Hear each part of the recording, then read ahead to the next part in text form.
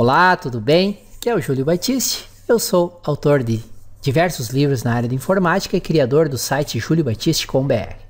Lá no site você tem muito material gratuito, muito mesmo, e tem também uma loja virtual onde eu vendo e-books, livros, cursos online e videoaulas para download de minha autoria e de mais de 200 autores brasileiros com os quais eu tenho parceria. Todo dia tem novidade. Não deixe então de acessar o juliobatiste.com.br. Aqui no nosso canal no YouTube, nós temos neste momento que eu estou gravando esse vídeo, mais 700 videoaulas. Mas toda semana, sem exceção, eu adiciono de 5 a 7 novos vídeos sobre assuntos relacionados à informática, Excel, Access, Windows Server, programação, VBA, programação PHP. Sobre o SAP já tem mais de 70 cursos, 70 vídeos aqui no canal, enfim. Toda semana tem de 5 a 7 novos vídeos. Então, sempre acessem. Não esqueçam de se inscrever no canal, que daí vocês serão avisados via e-mail sempre que um novo vídeo for publicado.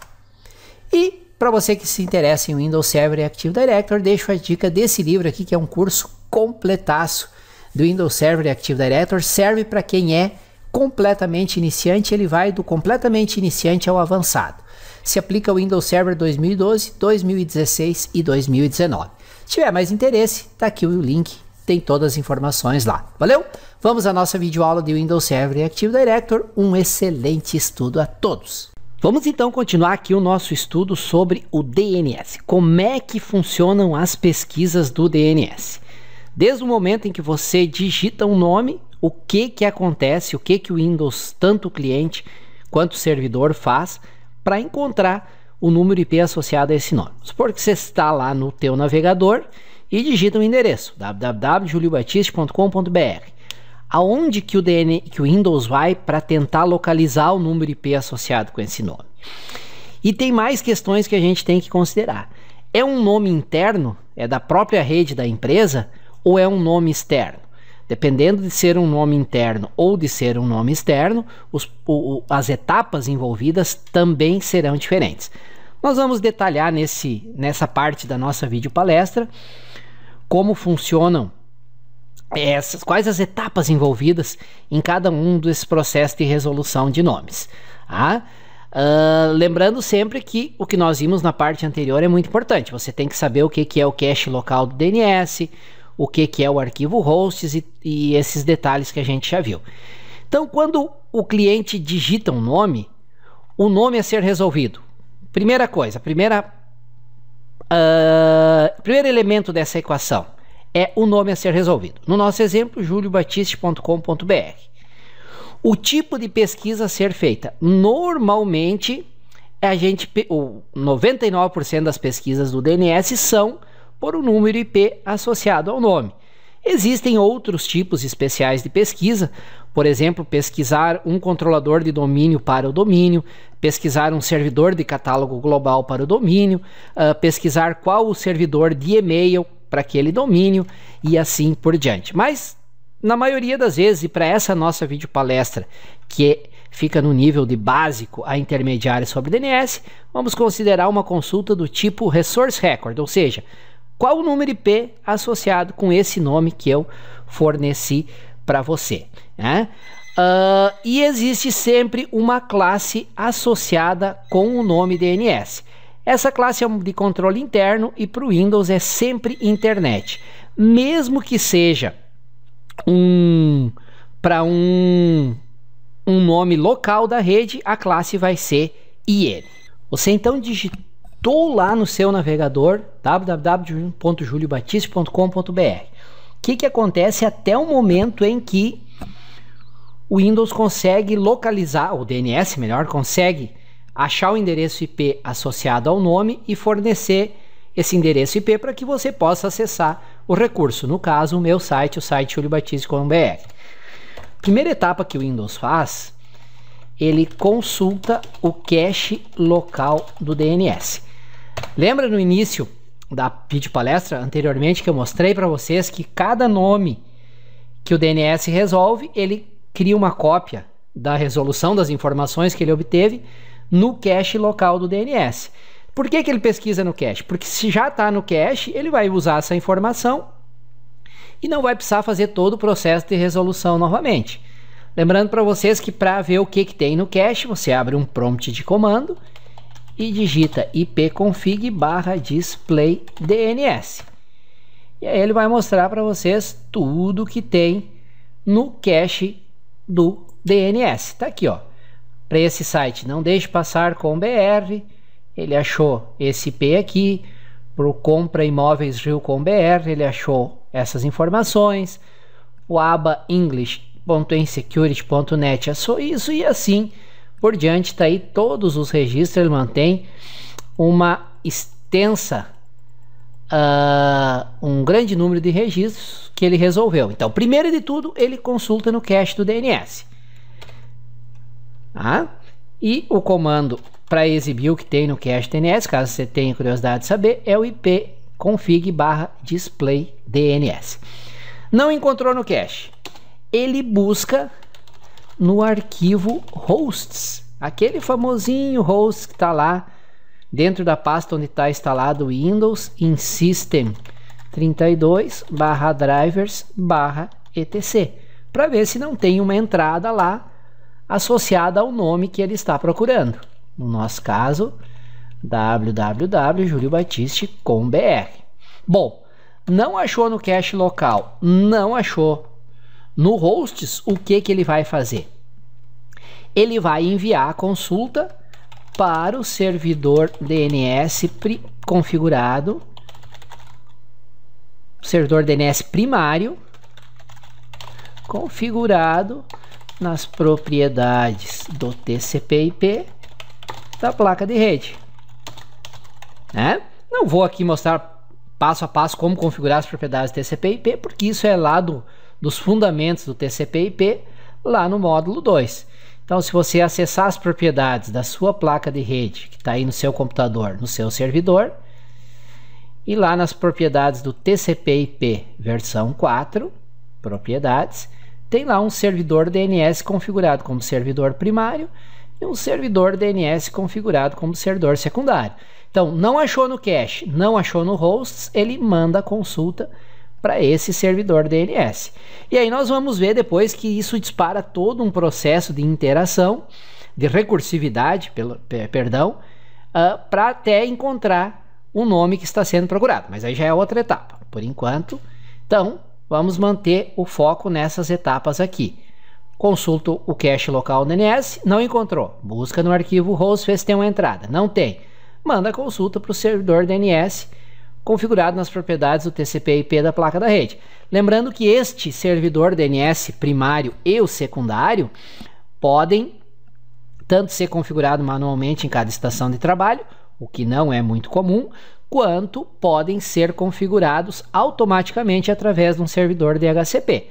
Aqui no capítulo 16 do livro do Windows Server 2012 curso completo, vocês têm todos os detalhes sobre como planejar, implementar e administrar servidores DHCP, ok? E aí pode acontecer duas coisas. O nome é resolvido, ou seja, retorna o endereço IP associado com o nome e o recurso é acessado. No meu caso, no meu exemplo, o site seria acessado. Ou o nome não é resolvido e retorna uma mensagem de erro. Um exemplo de nome não resolvido, que é um site que não existe, foi aquele que eu falei lá no início, www.pelenãojogounada.com.br. Não existe esse nome, ninguém registrou esse domínio, e eu tento resolver, e o DNS tenta por todas as maneiras, por todas essas etapas, não consegue, retorna uma mensagem de erro, dizendo que não foi possível resolver o nome informado. Isso se é um nome externo, ou seja, você está aí na rede da sua empresa, empresa XYZ Limitada, e tenta acessar o meu site. Se você tentar acessar um servidor que é da própria rede da empresa, aí o procedimento é um pouco diferente. Vamos usar a mesma sequência aqui, só vamos pegar um nome diferente. Vamos supor, opa, não queria apagar tudo. Supor que a rede da sua empresa aí seja abc.com.br e você quer acessar um servidor, por exemplo, o server 01.abc.com.br e uma pasta compartilhada manuais nesse servidor. Então você vai lá no Windows, manda ele acessar esse caminho. Pode ser dentro do Word, pode ser no Executar, algum programa que você tenta acessar esse caminho para acessar um arquivo que está aqui dentro. Ele vai ter que, primeiro de tudo, resolver esse nome, que é um FQDN, né? Um Full Qualified Domain Name. Aí, o que ele faz? Ele faz algumas etapas são as mesmas. Primeiro de tudo, ele consulta o cache local do DNS. Se achou no cache local do DNS, nome resolvido, retorna o IP associado e acessa o recurso. Não estava no cache, ele vai tentar buscar no arquivo de hosts. Não encontrou no hosts, ele manda para o servidor DNS primário configurado nas propriedades do TCP/IP da placa de rede. E aqui eu vou abrir um parênteses, porque o que é o mais comum de acontecer quando é a rede de uma empresa? No meu caso aqui, eu peguei a minha estação de trabalho e eu estava usando o DNS primário, o 8.8.8.8, que é um DNS público do próprio Google. Né? Mas na rede da empresa, o que é o mais provável? É provável que via DHCP, para todas as estações de trabalho da rede, seja passado o servidor DNS da rede da empresa, que é o servidor normalmente associado ao Active Directory, servidor DNS associado ao Active Directory. Lá no servidor da rede da empresa, ele vai identificar. Se for um nome externo, for um nome de fora do domínio da empresa, ele vai ter lá para quem passar. Aí tem lá um processo que a gente vai ver mais adiante, que é o processo de recursão e o processo de interação. Se for um nome local, se ele encontrar no seu servidor uma zona primária ABC com BR, ele vai entender que ele é autoridade para essa zona, para esse domínio ABC com BR, e vai pesquisar nos registros do próprio domínio, da própria zona ABC com BR, se ele encontra um registro para o nome SRV01. Então, quando é uma consulta para um nome interno na empresa, é provável que no servidor DNS da empresa tenha uma zona com este nome aqui, e o DNS vai pesquisar nos registros dessa zona se ele encontra um registro chamado SRV01. Se ele encontrar, ele retorna o número IP associado. Caso ele não encontre, e sendo um nome interno, ele não vai repassar para fora para os servidores da internet, vai apenas dizer que não foi possível resolver o nome. Então, normalmente, consultas para nome interno, servidores, computadores da própria empresa, são resolvidos pelo próprio servidor DNS do domínio. Nós vamos ver que pode ter mais de um servidor DNS, zona primária, zona secundária, etc. Se ele conseguir, retorna o IP. Não conseguiu, retorna uma mensagem de erro, ok? Eu só quero voltar aqui um pouquinho, que eu esqueci de um carinha muito importante quando é um nome externo, pessoal. Deixa eu me voltar aqui, porque isso é muito importante. O Júlio Batista com BR, por exemplo. Aquele processo nós vimos antes, cache local, hosts, manda consulta para o servidor primário configurado nas propriedades do TCP/IP. E aqui tem uma etapa adicional. Existe um cache do servidor DNS. À medida que o servidor vai ele mesmo resolvendo consultas ou manda para os servidores de fora e obtém respostas, ele vai gerando um cache no próprio servidor. E antes de mandar uma consulta para fora, para um servidor DNS externo, ele consulta o cache do servidor para ver se aquele nome já não foi resolvido anteriormente e não está no cache do próprio servidor DNS. Se estiver, ele usa a informação que está ali e o processo se encerra sem necessidade de consultar servidores DNS externos. Se não tiver, aí sim, aí ele consulta os servidores externos em um processo que a gente vai detalhar mais adiante, que é o processo de recursão, e uma vez resolvido, ele retorna o endereço IP. Não resolveu, retorna uma mensagem dizendo que não foi possível resolver o nome informado. Então aqui tinha uma etapa a mais que eu acabei esquecendo, que é o cache do servidor DNS. Aí você pode dizer assim, Júlio, mas aí o cara vai resolvendo o nome, vai ficando no cache, vai ficando, e se mudar esse número IP, o cara lá amanhã, depois, daqui uma semana, mudou o número IP, e aí ele vai consultar o cache, vai pegar uma informação errada e não vai fazer a conexão, não vai acessar o recurso.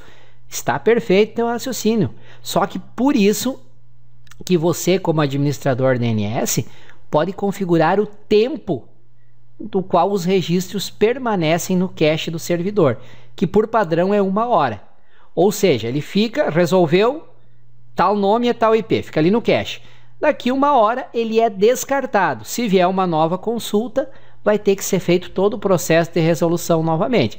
Então o risco de tu pegar do cache um registro desatualizado diminui drasticamente com isso. O padrão é 1 hora. Você pode configurar para mais, para menos, dependendo das necessidades de cada situação específica.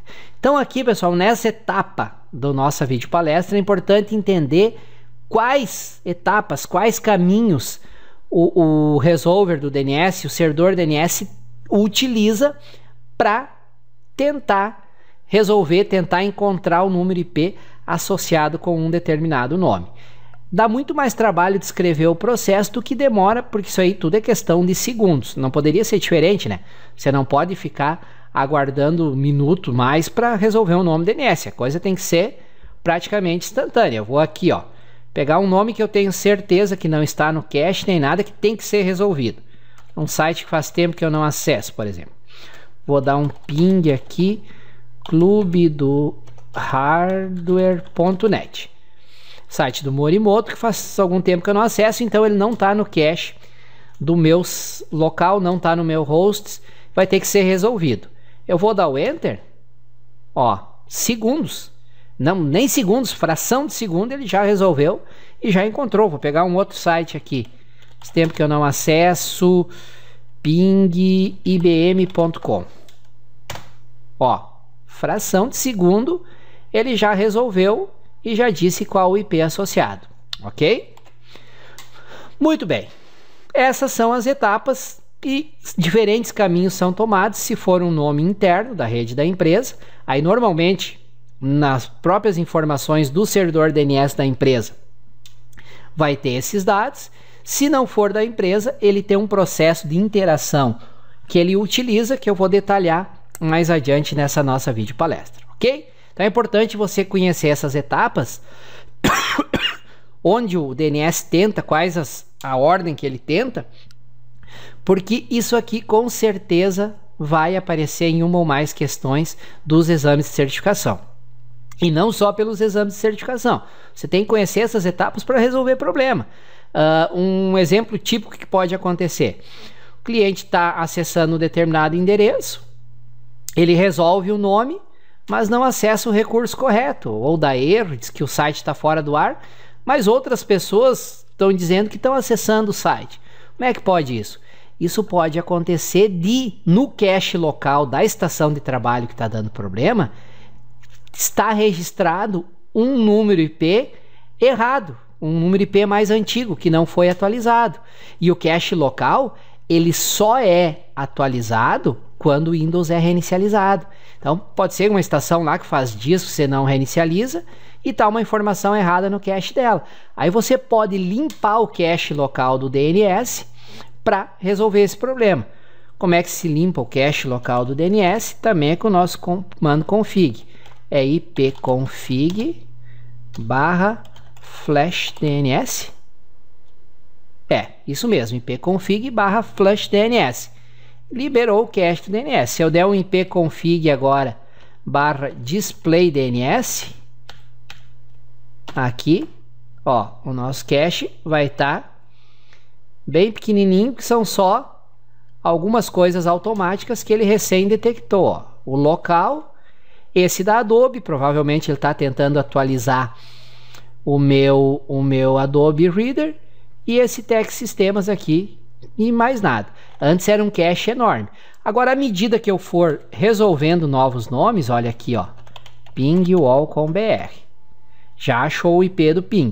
Se eu der o ipconfig display DNS, já deve aparecer aqui, olha lá que bonito, já colocou no cache local a informação de que o all.com.br é nesse IP aqui, ok? Então vejam que toda essa teoria, ela é embasada na prática. Você pode verificar todos esses detalhes na prática.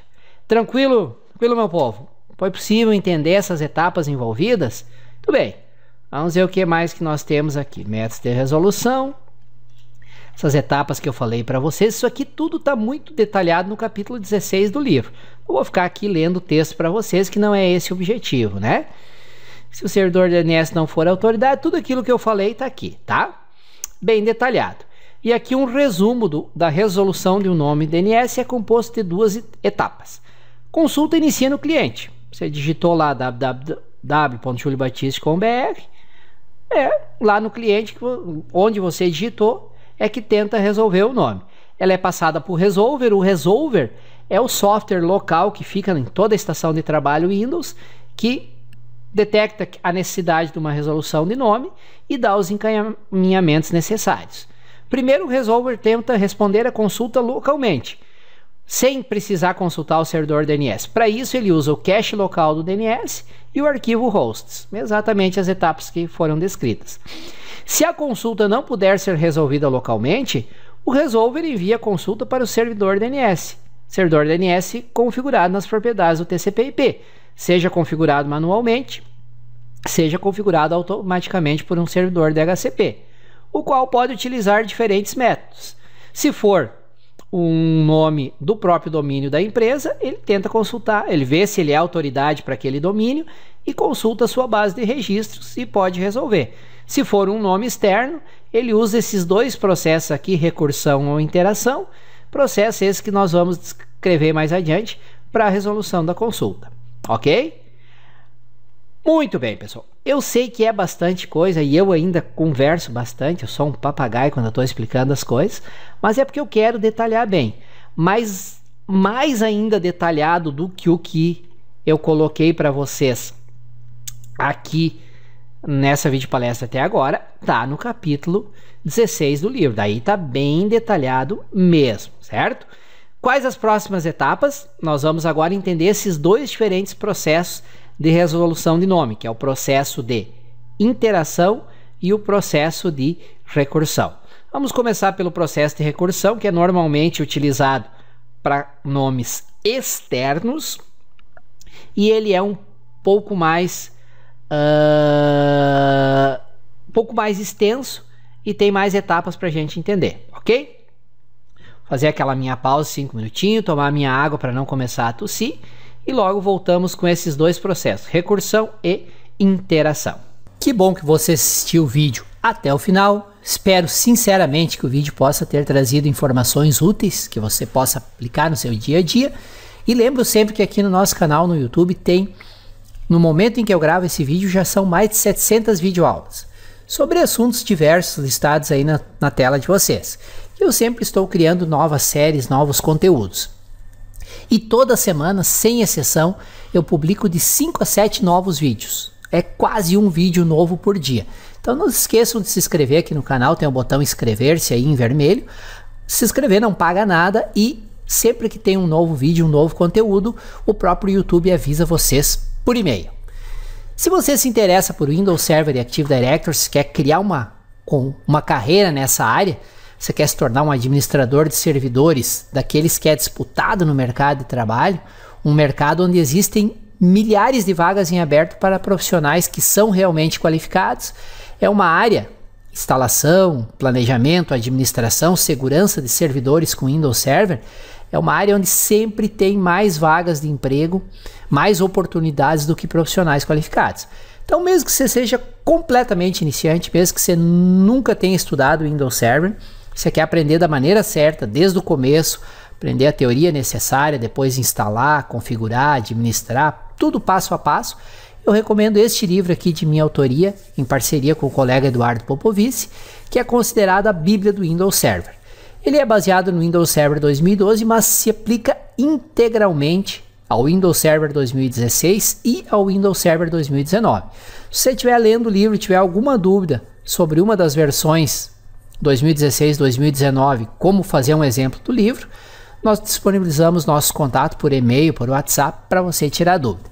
E neste endereço aqui, você tem todas as informações sobre o livro e, além de tudo, uma promoção especial com ótimo desconto e ótimas opções de pagamento, parcelamento, tá bom? Você quer aprender, quer dominar o Windows Server, este é o ponto de partida para você.